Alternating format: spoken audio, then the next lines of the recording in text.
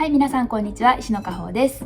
今回は石野果歩の書道添削ということで、こちらの方の作品を添削させていただきます。行書ですね。こちらの行書を今から添削させていただくので、この動画を通して行書を学んでいる方の、少しでもお役に立てたりとか、学習のヒントになればなと思いますので、ぜひ最後までご覧ください。早速質問を読み上げたいと思います。現在書道歴3年です。お習字教室に10年通いましたが、独学し始めた頃に果歩先生の YouTube に出会いました。はじめは自己流の行書からスタートしたものの、すぐに撃沈。選出改善を目指して隷書、転書、楷書の古典の世界を学び、再び行書に戻ってきたところです。米現象。米仏ですね。米仏の特徴を意識して書いても普通の行書になってしまいます。どうすれば古典の特徴を効果的に表現できるか添削お願いできますでしょうかということですね。米仏の特徴を意識したいなとは思っているんですけど、自分が書くとどうしても普通な感じになってしまう。もっと米現象の特徴を出せるんじゃないかっていう風に考えていらっしゃるということですね。わかりました。じゃあ早速その点をしっかり見ていきたいと思います。はい、それでは早速こちらの作品見させていただきます。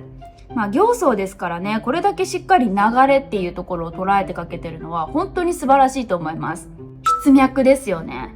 一つも気持ちの途切れがなく書けているっていうところは素晴らしいです。ただ、質問にもあったベースの特徴をもっと出したいっていうところを見ていくと、もうちょっと太い細い入れるとかするだけで格段に良くなるなっていうのはすごく感じます。今全体的に形はよく捉えて書けてるかな。筆使いもすごくいい感じに筆の弾力も使ってまとまってるなって思うんですけど、細い太いがないせいで多分実際の原点、実物のものに比べると少し重たく見えてしまったりとか、太い線が多いのでちょっと風通しが悪くなってしまっている、そんな感じが少しするかなっていうところですよね。筆使い自体は本当に伸びやかですし悪くないので、あと細い線をどうやって入れていくかですよね。細い線の出し方とかなのかなと思います。なので今回は太い細いの部分に特化して、太い線はどうやって出してるのか、細い線はどうやって出していくとうまく表現できるのかっていうところをしっかり解説していきたいと思います。東水さんもめちゃくちゃ最初からいい太さ出せてますよね。太い、細いとか、この1、2、3本っていうのはよく捉えて書けてますよね。一字を見るときに、どこが一番太いだろうかとか、どこが一番細いだろうかっていう、その1箇所ずつでいいので、あらかじめ見極めておくようにすると、すごくよく書けると思うんですよね。今もちろんできてらっしゃると思うんですよ。一番太いところここですもんね。しっかり捉えて書けてます。一番細い線ってどこだと思います？この青の中で。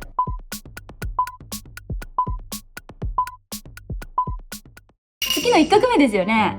もちろんこの最終角とかも全然細いんですけど、ここすごい軽やかだなって思うのって次の1画目じゃないですか。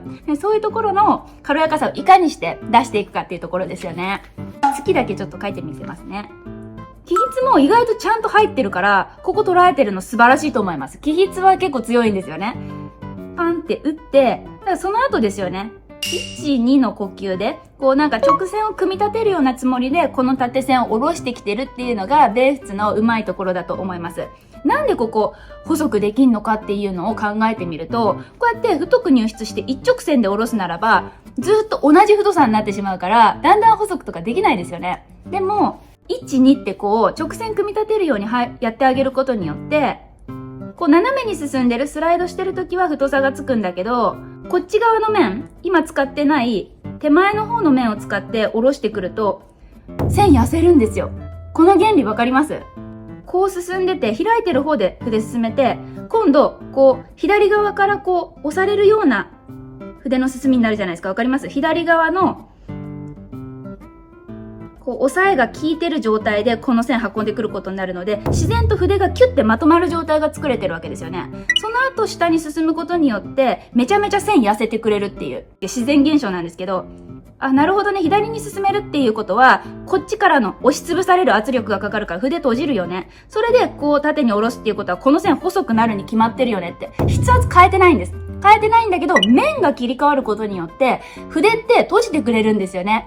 こういった感じで、細さをこう力加減で調整するとかじゃなくって、面の切り替えで調整できるようになったら、めちゃくちゃプロなんですよね。分かっててもできなかったりとかするので、たくさんの練習量は必要になってくるんですけれども、ちょっと面の切り替え意識していただくだけで、ここぞという時に細くできるようになると思います。しかも、だんだん一本の線の中で太いから細いになってるとかっていうのって、たくさん出てくるじゃないですか。そういうのは基本的に面の切り替えが生じていることがほとんどなので、ぜひその点を見てあげるといいかなと思います。じゃあ、松っていう字どうやって太い細い捉えていこうか。一番太いところどこだと思います？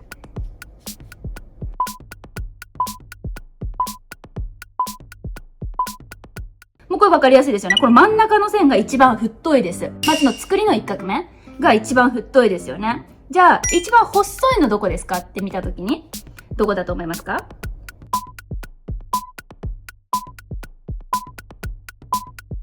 まあ今回ちょっとここの部分がちょっと特殊な感じの筆法なので、まあここって答えられた方も正解だと思うし、この縦線とかかなと思った人も、まあほぼ正解かなっていう。細いところなんとなくこう、あらかじめ見極めておくんですね。それから望むと全然違う結果になると思います。めちゃくちゃ充実感ある字で書けてますよ。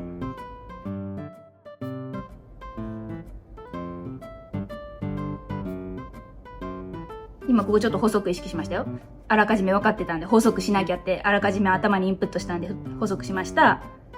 で、次ですよ。ここがガツンとした太さが来る。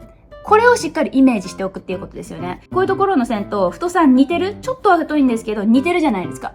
ちょっと似てる太さじゃなくってガツンと太くするっていうイメージですよね。思い切って穂先しっかりツンって入れてから筆先を開く。わかります？このバサーって開いたの。このぐらいえぐるような運筆動作取って大丈夫なんです。で、ベースはすんごい上手いから、さらには、ここの起筆、ここの線もわざとこの線に衝突させることによって、太さをより拡張させて見せてるっていう、そういう視覚的な効果を狙っていますよね。っていう風にやっていくと、この中心の部分が手前にせり出て見えて、こういう立体感持つのわかります？松自体が。太い線って自分にこう近づいて見えるんですよね。ボリューミーな松に見えてくる。すごく立派な松じゃないみたいな。そんな感じで文字の印象って太い細を意識するだけでめちゃくちゃガラッと変わってくるわけですよね。これ K かな？ K と1どうですか？どこが一番細くてどこが一番太いですか？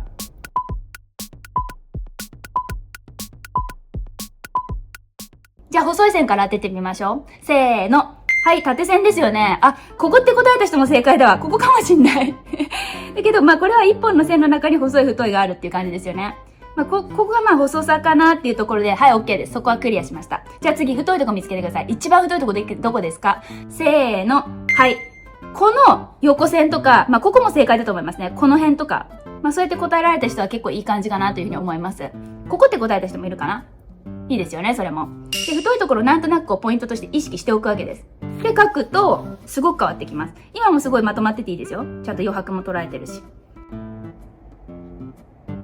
なんか、この後の、この形の取り方とか、ほんとどうせさ、うまいなと思いますね。頭にボリュームがあるのが、すごく、しっかりこう幅を出すっていうの、頭に幅を出すっていうのしっかりできてて。で、この太さとかも、こう、入筆の角度、これ合ってるんで、多分太さ出そうと思ったら出せたテクニックはお持ちなんですよね。ただちょっと、押さえが足りなかったっていうだけですよね。結構な充実した太さなんで、他のこういうところ、この点々とかに比べて、もっともっと強く入る。そのためにはちょっとスピード。こんな感じで。トーン、トーンって。そして、このスピードちょっと意識してみたらいいかもしれない。そうすると、めっちゃ筆開きます。で、すっごい太くなるみたいな。で、この文字の中央部分に太さが来るっていうことは、その文字は、こう、中心に集まる、このグググって求心力っていうのが働くので、ものすごく字がまとまるんですよね。中心に太さがある字っていうのは、初期書状の中には結構多いかなっていうふうに思います。で、今度ここも太さ出ていく部分でしっかり表現できてますよね。この太さっていうところはちゃんと見逃さずに多分見れたんだろうなっていう感じがするんですけど、この太さって上下運動しないとこのふっくらしたボリューミーな線っていうのは出ないかなっていうところがあるので、ちゃんと筆開かせるためにここ点節部分で、この力の部分ですよ。点節部分で筆をしっかり立てる。これだと思います。これさえできれば、あと沈めた時に必ず筆開きます。多分、ここで筆立ててないんですよ、今。だから、こう、腹で下ろすしかなくなって一定の線になったっていう感じですよね。一本の線の中にこの細くなったり太くなったり細くなったり繰り返すっていうことは、この点節部分、方向が切り替わった時に筆を立てる。これさえやれば、次の時に力加減次第で太い細いが実現するっていうところで、ちょっとぜひやってみていただけるといいかなと思います。そんな感じでですね、今回太い細いに着目して添削をさせていただいたので、太い線の出し方ですね、そういうところだったり、細い線の出し方っていうと、これは本当に練習ですよね。細い線出し方正直練習あるのみっていう感じはするんですけど、こういうところとかもう細いって分かってるのに、ツンってついた時に筆開いちゃうって感じだと思うので、だってもう起筆の角度とかめっちゃいいですもん。だからこう、ツンってついた時に、筆閉じさせる技術、今逆に開いちゃってるんですけど、どうやったら筆を閉じるのかっていうのを考えて書けたらめっちゃいいです。ここの細さだったりとかもそうですけど、細さ出す時の答えはもうテクニックとしては一つなんですよね。でもめっちゃいいですよ。すごく。迫力ある鉛筆ですよね。ものすごく迷いがなくていいです。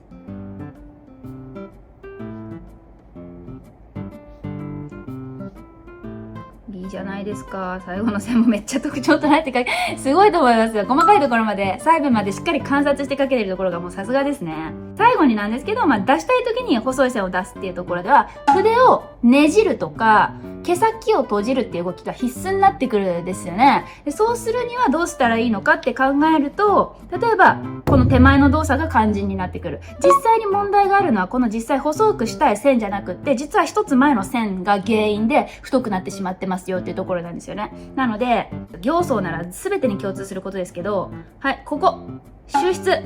これ何してると思います？ベース。右に筆、こういう風に捻転させてるんですよ。収筆で。キュッて。わかります？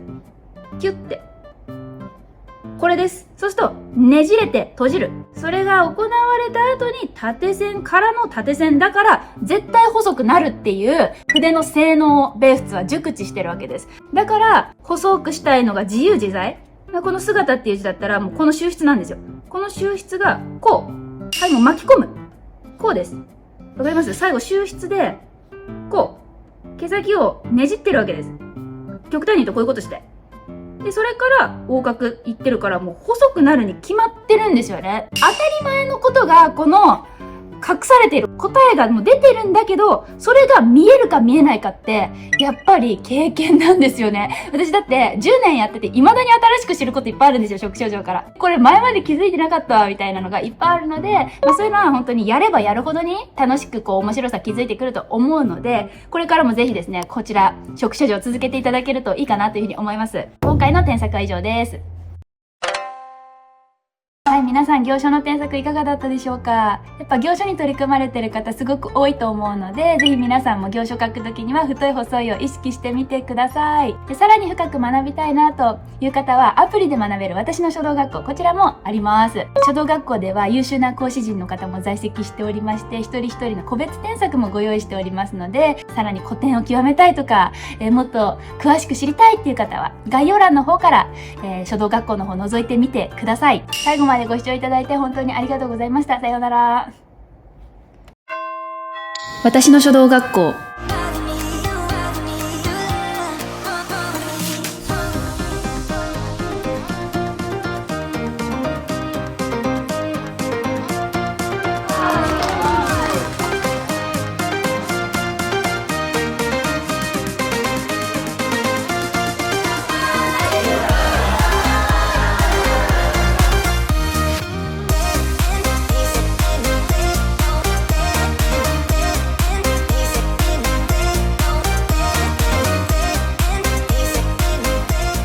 書道で人生を豊かに。